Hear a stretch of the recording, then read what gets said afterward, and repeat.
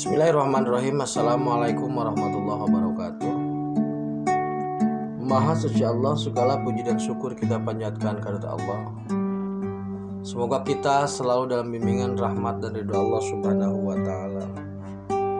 Subhanallah walhamdulillah astagfirullah wallahu akbar.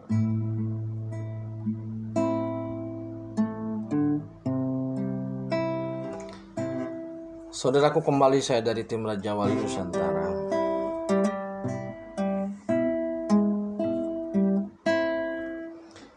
Kali ini kita akan membahas terkait dengan situasi dan kondisi alam dunia ya. Sebenarnya dunia dan gaib sebenarnya. Cuman ya kita batas ya, kita lebih ke manusia lah, lebih ke alam manusia atau dimensi ketiga.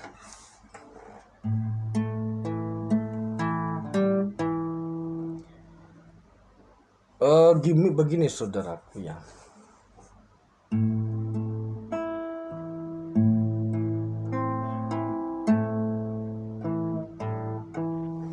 Kerusakan yang ada di bumi ini memang sudah diprediksi oleh para malaikat ketika manusia itu belum diciptakan. Ketika Adam hendak diciptakan, malaikat sudah menyampaikan kekhawatiran itu. Dan kemudian Allah menegaskan bahwasanya Allah lebih tahu, Allah lebih pintar daripada malaikat. Nah, kemudian Allah Subhanahu wa taala menciptakan bumi dengan sangat indah, sangat sempurna. Tetapi saat ini kerusakan itu terjadi di mana-mana.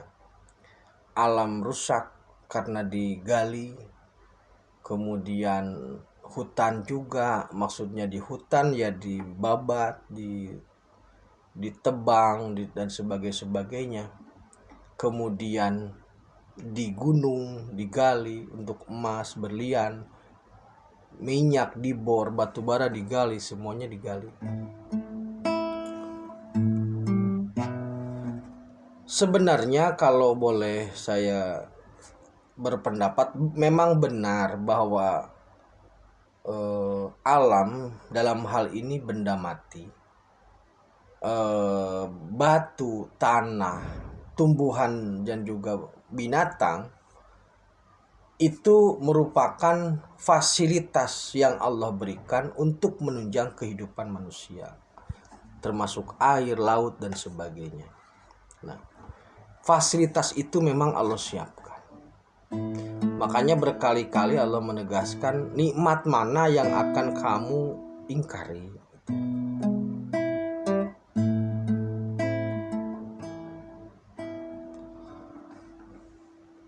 Yang menjadi masalah adalah ketika ada semacam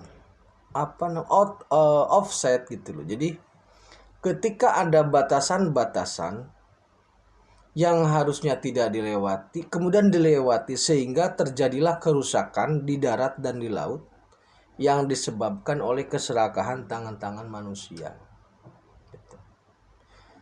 Seserakah-serakahnya binatang, contohnya umpamanya babi lah. Babi itu merusak pohon, merusak tanah, kan biasa suka menggali-gali singkong tanah itu. Ya sejumlah itu aja, tidak merusak, tidak menimbulkan efek yang luar biasa.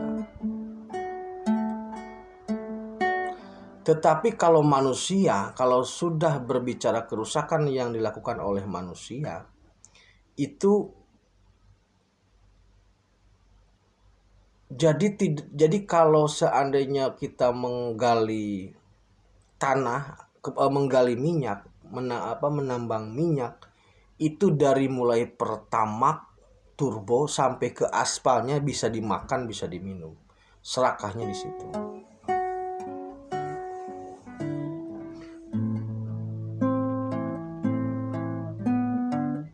Nah, Ketika ini Allah berkehendak terkait dengan reposisi ini, terkait dengan perubahan ini, dan Allah sudah memberikan kewenangan kepada seorang SP untuk melakukan sabdo, untuk melakukan penataan, penyusunan, pembenahan terhadap alam, terhadap manusia dan seisinya lah semuanya, agar semua kembali pada formasi gitu loh. Jadi kalau sudah rusak mau tidak mau semua berhenti kemudian kembali. Nah, yang harus kita perhatikan begini saudaraku ya.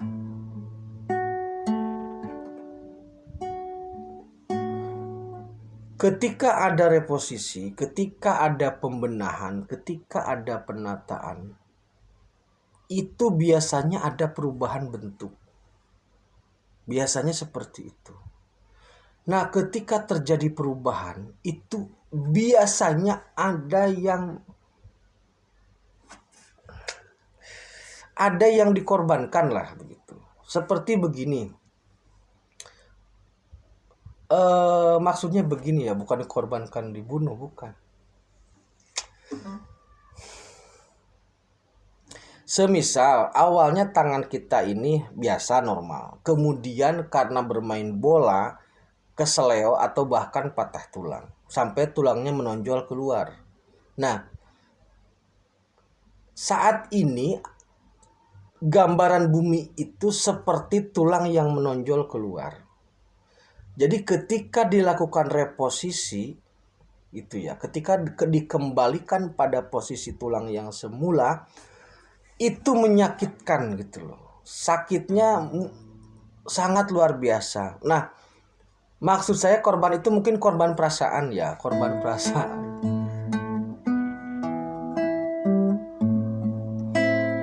Namun memang biasanya ketika ada terjadi perubahan atau reposisi atau reformasi lah bahasa seperti itu selalu memakan korban. Ada korban jabatan, kehilangan jabatan, ada korban uang karena mungkin ada hal yang harus dibayar dan sebagainya. Kita berkaca ke 49 peristiwa Madiun. Tanpa saya bermaksud mengutak-ngatik luka masa lalu, kita berkaca ke 65. Perubahan di 65 juga kita tahu bersama. Kemudian kita berkaca ke 98. Itu juga ada perubahan. Seperti apa perubahannya sudah kita tahu semua.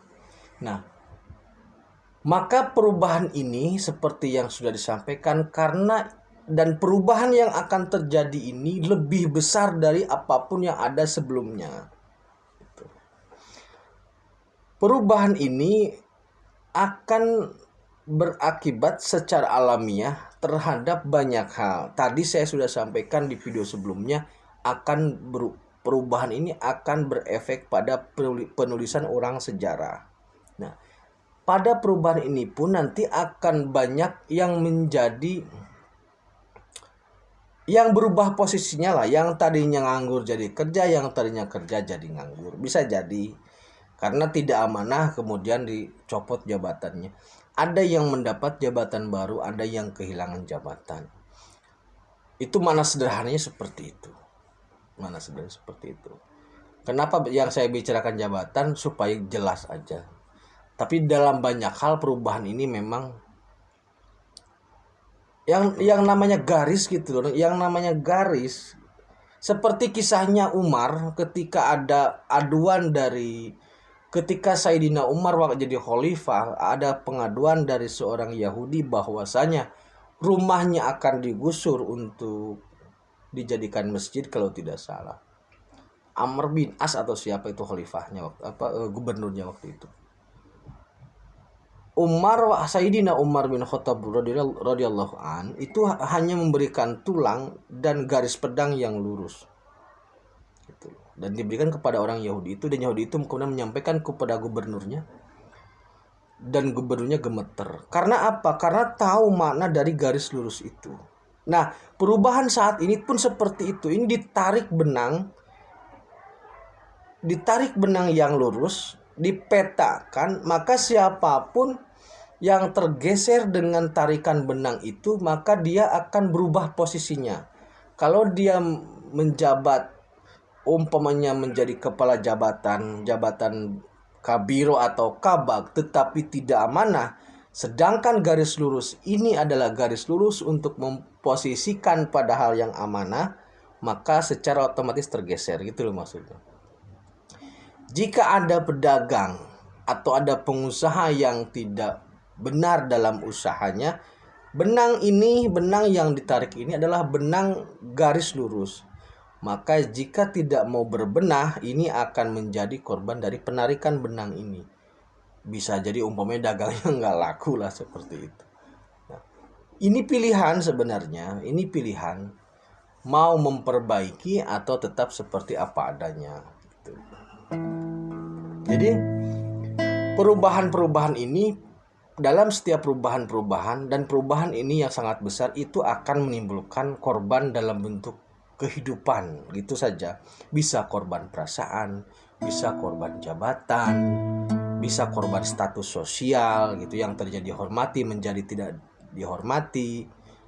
Bisa saja ketika ada orang yang awalnya sangat dihormati, tetapi karena garis ini ditarik dan ternyata dia adalah orang yang tidak layak dihormati, status sosialnya bisa jatuh. Seperti itu. Ketika orang itu kaya tapi dari hasil yang tidak baik, tidak benar, ketika garis ini ditarik, dilakukan reposisi, maka dia masuk dalam kelompok yang rusak, akhirnya hartanya habis. Kayak seperti itu polanya, saudara. Dan ini akan terjadi masif. Dalam artian masif itu, karena perubahan ini sudah disabdakan kepada alam dan alam sudah bereaksi untuk kembali menata diri alamnya sendiri, ini efek ke manusianya akan sangat cepat. Nah, oleh karena itu, apa yang bisa menyelamatkan? Yang bisa menyelamatkan kembali hanya dua. Satu, beriman kepada Allah, bertauhid yang lurus, dan amal soleh. Atau lebih lengkapnya, mantapkan tauhid, perkuat tauhid, ikhlaskan ibadah, rapih dan ikhlaskan ibadah, kemudian perbaiki dan perindah muamalah. Berhenti saling berdebat untuk sesuatu yang tidak bermanfaat, agar semua bisa berjalan secara sempurna. Gitu. Kita harus bisa membedakan ruang mana ruang tauhid, ruang mana ruang ibadah, ruang mana ruang peradaban, budaya atau muamalah. Sehingga ketika garis ini ditarik dengan lurus, kita selamat, gitu. Kita bisa berada dalam posisi yang selamat. Demikian saudaraku, terima kasih. Tetap tingkatkan iman dan amal soleh. Akhirul kalam, assalamualaikum warahmatullahi wabarakatuh.